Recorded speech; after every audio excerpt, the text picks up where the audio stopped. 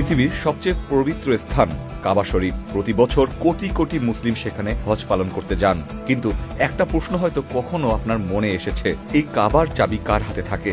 আজ আমরা জানবো এক ঐতিহাসিক পরিবারের কথা, যাদের হাতে 1400 বছর ধরে রয়েছে কাবা শরীফের আসল চাবি। তাদের নাম বনি সাইবা।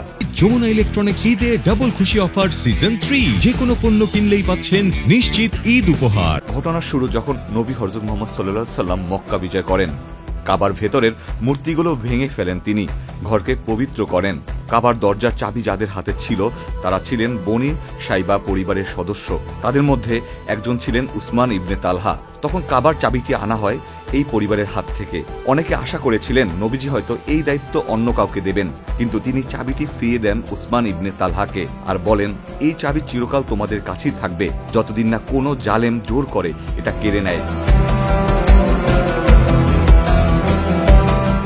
এই কথা ছিল একটি আমানত, ইতিহাসের ভিত্তি।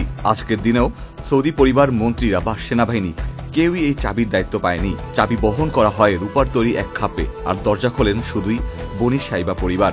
এই পরিবারের সবচেয়ে বয়স্ক সদস্য ডাক্তার সালেহ বিন জয়ন আল আবিদিন আল সাইবি 22 জুন 2024 তারিখে তার মৃত্যুর আগ পর্যন্ত কাবা চাবিগুলোর রক্ষক ছিলেন।